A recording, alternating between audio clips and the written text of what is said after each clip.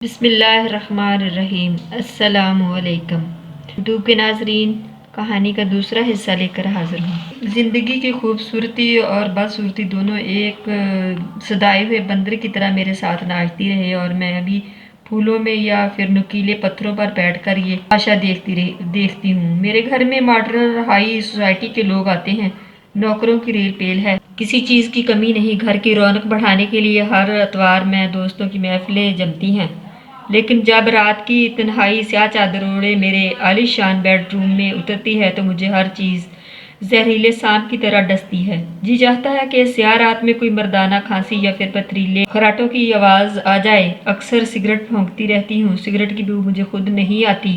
جی چاہتا ہے کہ کسی مردانہ سگریٹ کے دھوئیں کی بو میرے بدن میں پھیل جائے۔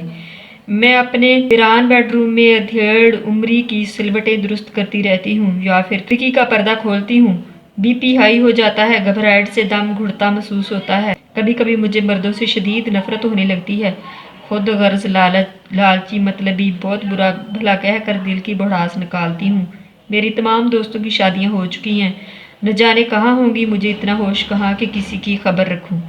میرے گھر میں نوکروں کی فوج ہے، اس کے باوجود اسٹور میں کسی کو جانے کی اجازت نہیں۔ اس کی چابی میرے پاس ہوتی ہے، کیونکہ وہاں میری کتابوں، فائلوں اور ڈائریوں کا خزانہ ہے۔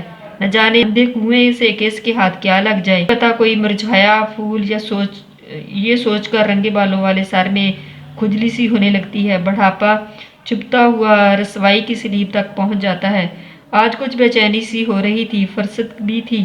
اسٹور کھول کر پرانی یادوں کے اس ڈھیر کو خریدنا شروع کیا۔ ایک پرانی ڈائری کی دھول صاف کی اور کھولا ہی تھا کہ اس میں سے ایک کاغذ کا پنا تڑپ کر نیچے گرا۔ میں اس کی لکھائی پہچان گئی، آنکھوں میں ایک چمک سی آ گئی، مجھے اس کا کھویا کھویا انداز یاد آنے لگا۔ ایک عجیب پڑھائی میں مگن کوئی سوال پوچھتا تو جواب مل جاتا، اس کی ٹائی بھی ٹھیک نہ ہوتی، اگر کوئی غور سے دیکھتا تو جھٹ سے ٹھیک کرنے کی کوشش کرتا، بال ہمیشہ انگلیوں سے سنوارتا لیکن تھا بہت ذہین۔ تقریر کے مقابلوں میں کبھی مات نہ کھائی، لڑکیاں اس کی دلدادہ تھیں لیکن وہ کسی سے بات نہ کرتا۔ 2 سال اسی طرح گزر گئے، کبھی کبھی اکتاہٹ سی ہونے لگتی۔ آج الوداعی پارٹی تھی، سب ایک دوسرے سے ذاتی طور پر مل رہے تھے، کہیں گلے شکوے ہو رہے تھے، کچھ جذبات کی لہروں میں ڈوبے جا رہے تھے۔ اچانک میری نظر اس پر پڑی، وہی اسٹائل، وہ میری ہی طرف آ رہا تھا۔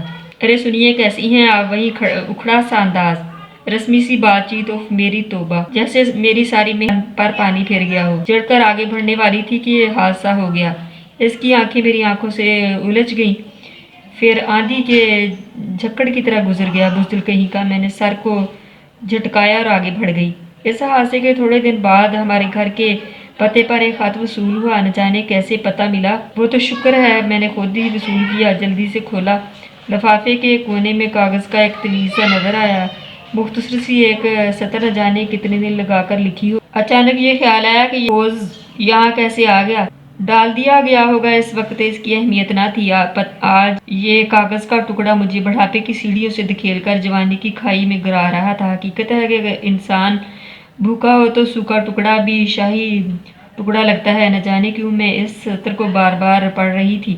یہ لکھے ہوئے حروف مجھے ہیرے کے قلم سے لکھے نظر آ رہے تھے۔ میرے دل میں ایک ہوک سی اٹھی، میرے اندر کا چھپا ہوا چور بیدار ہونے لگا۔ اگر کچھ معلومات حاصل کر لی جائیں تو کیا حرج ہے؟ میں سوچ میں پڑ گئی، نہ جانے اب کہاں ہوگا، کس حال میں ہوگا، اور بیوی کیسی ہوگی، ملنے بھی دے گی یا نہیں، بچے بھی ہوں گے، وغیرہ وغیرہ۔ اسی شش و بیج میں پڑ کر اسٹور بند کیا، واپس کمرے میں آ گئی، خود سے سوال جواب کرتی رہی۔ اگلے روز بھی کچھ بے چینی سی لگ رہی تھی۔ اتنا ضرور معلوم ہوا وہ ایک معروف ادارے میں پڑھاتے ہیں۔ جب رہا نہ گیا تو فون ڈائریکٹری اٹھا لائی، نمبر ڈائل کیا، گھنٹی بجی اور کسی نے فون اٹھایا۔ ہیلو! میرے دل کی حرکت تیز ہونے لگی، دوبارہ وہی آواز آئی۔ جی ہیلو، فرمائیے کیا کام ہے؟ مجھے آواز پہچاننے میں ذرا بھی دقت نہ ہوئی۔ میں نے اپنا نام بتایا، وہ ایک دم پہچان گیا۔ اوہ، تو یہ آپ ہیں! ہم جیسے گمنام لوگ آج کیسے یاد آ گئے؟ کہیے کیا خدمت کروں؟ کیا کسی بچے کی پرابلم ہے؟ توبہ ہے، پھر وہی بے رخی! اتنے سال بعد بھی نہ بدلا۔ میں جھنجھلائی، میرے ہاتھ سے ریسیور گرتے گرتے بچا۔ ذہن میں آندھیاں سی چلنے لگی۔ میں نے فون بند کر دیا اور اس پرزے کو جو خود ابھی تک سینے سے لگا رکھا تھا، اس کے 4 ٹکڑے کیے اور پھینک دیا۔ میرے من میں